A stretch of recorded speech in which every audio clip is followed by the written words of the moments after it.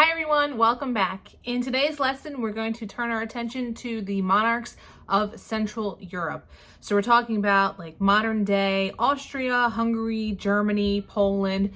Some of those countries didn't exist during that time period, but we're going to look at how the monarchs of their time tried to gain control of that land and hold on to control of that land. So make sure you're in your interactive notebook and you're following along.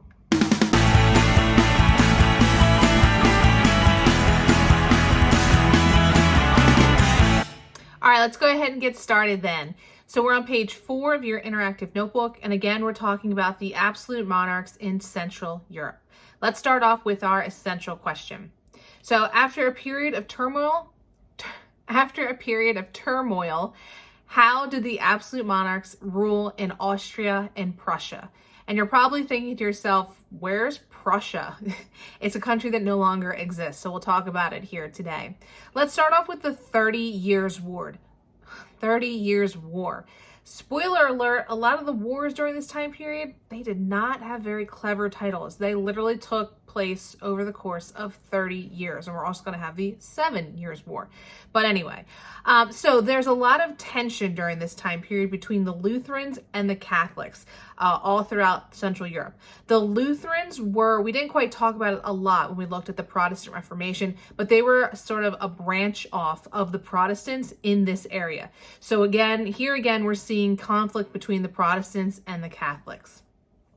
The rulers of each of the states in Central Europe, which you can see if you zoom in on this teeny tiny little map, had all agreed that they would decide whether or not their land would be Protestant or Catholic. Fair deal. From there, though, we have a huge uprising in 1618 where the Protestants revolted against the Catholic Habsburg rulers. We talked about the Habsburgs back when we looked at Spain. This is where they really were from, Central Europe. So we see this huge revolt or uprising in 1618, and it lasted for 30 terrible years, or as it becomes known as, the 30 Years' War. There was much conflict over religion, land, and you guessed it, power. Because again, we're talking about our absolute rulers, and they want absolutely all of the control or all of the power. So from 1618 to 1630, the Habsburg armies had multiple victories.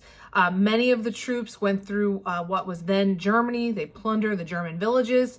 By 1630, though, the tide of the war turned in favor of the Protestants. So the Habsburgs would have been on the Catholic side. The Protestants are going to have major victories in 1630. Germany is kind of destroyed by this war. It ruined their economy. It greatly decreased their population. So Germany kind of bore the brunt of this war. And in 1648, we have the Peace of Westphalia.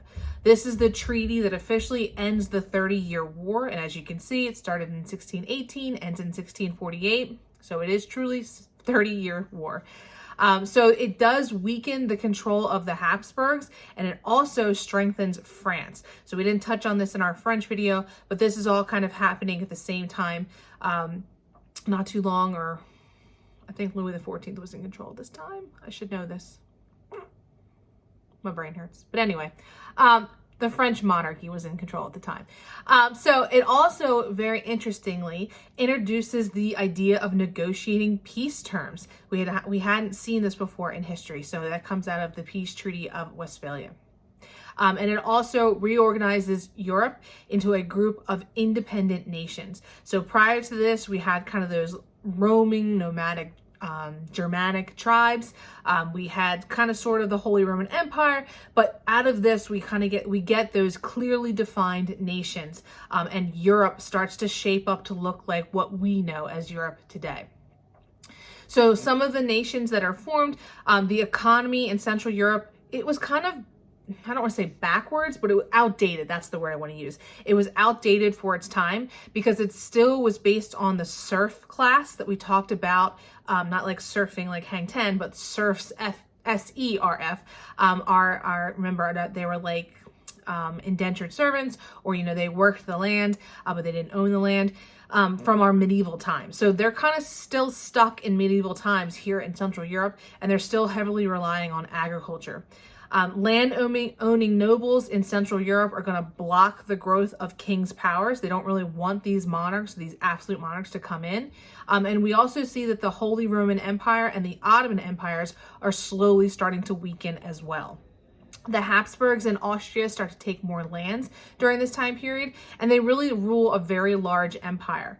We're going to see an empress lady come to control, Maria Theresa. She is the Empress of Austria, and unfortunately during her reign she faces many years of war. She actually goes to war with Prussia after she becomes Empress of Austria. She does manage to increase her power and cut off the power of the nobles, so makes herself a little bit more absolute, similar to Louis XIV. And she was opposed by many of the kings of the then nation Prussia, and we see, which was a new state in northern Germany. So Prussia is no longer with us, but it would be in modern day Germany. Those kings, they built a very strong state, a lot of power given to them, a very well-trained army, and they're going to challenge Maria Theresa. They're going to put at their forefront this gentleman here, Frederick the Great. And in 1714, he's going to invade Austria. She fights very hard to keep her territory, but unfortunately she does lose the fight. She does manage to keep the rest of her empire intact though. That brings us to the 7 Years' War. So the two sides, Austria and Prussia, fight beginning in 1756 in a war that becomes known as the 7 Years' War. Austria decided to ally themselves with France, and they fought against Britain and Prussia. The Prussians and the British do win, so again, she's not victorious. And France loses almost all of its colonies in North America, which was a crushing blow to them. And it really helps out Great Britain and Prussia. Great Britain also acquires the colony or the lands of India, which goes on for them to colonize later down the road. So again, this is just in a nutshell, the absolute monarchs of Central Europe, focusing mostly on Maria Theresa.